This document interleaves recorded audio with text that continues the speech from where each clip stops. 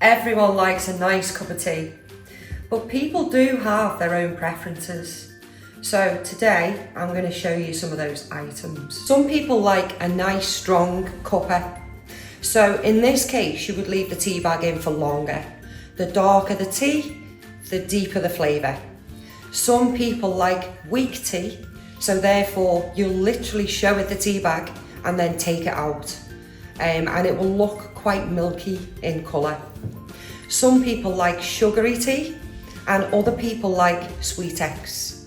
So again, these are different preferences that you will need to establish before you make them a drink.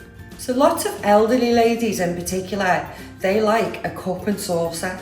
This is quite an old-fashioned thing, but it means something. So if they possess cups and saucers, this is how you're going to make their tea. More commonly, people will drink out of a mug. They usually have a favourite mug, so these things can sometimes be found in the care plan.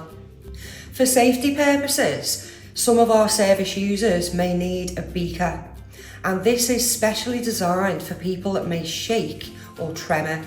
Think of Parkinson's disease. A person would not be able to hold a cup and a saucer safely. So you will quite often see a beaker with a lid instead. So today I'm going to make a brew the way I like it.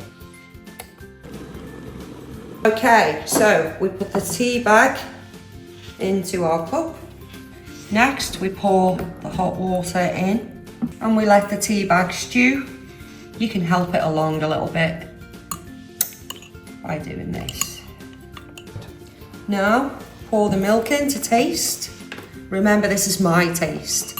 Some people like little milk, some people like a lot of milk.